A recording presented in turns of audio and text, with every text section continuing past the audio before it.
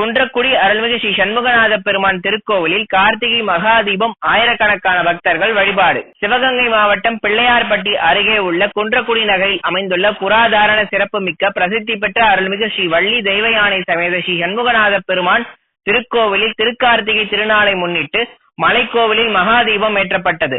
ஏராளமான பக்தர்கள் அரோகரா என்ற பக்தி முழக்கத்துடன் மகாதீபத்தை கண்டு வழிபாடு செய்தனர். முன்னதாக ஸ்ரீ தவத்திரு ஸ்ரீ பொன்னம்பல அடிகளார் சிறப்பு பூஜை நடத்தி பரணி தீபத்தை ஏற்றினார்.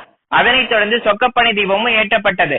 பின்னர் கோவில் மண்டபத்தில் வள்ளி தெய்வயானை தேவியர்களுடன் சர்வ அலங்காரத்தில் எழுந்தருளிய உற்சவர் ஸ்ரீ சண்முகநாத பெருமான் சுவாமிக்கு சிறப்பு பூஜைகள் நடைபெற்று கோபுர தீபம், நாகதீபம் மற்றும் கற்பூர ஆரத்தி காண்பிக்கப்பட்டது.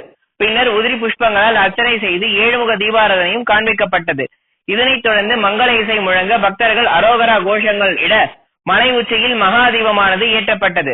முருகப்பெருமான் பல்லக்கில் எழுந்தருளி கோவிலை சுற்றி வலம் வந்து பக்தர்களுக்கு அருள்பாலித்தார். இதில் ஆயிரக்கணக்கான பக்தர்கள் கலந்து கொண்டு முருகப்பெருமானை வழிபட்டனர்.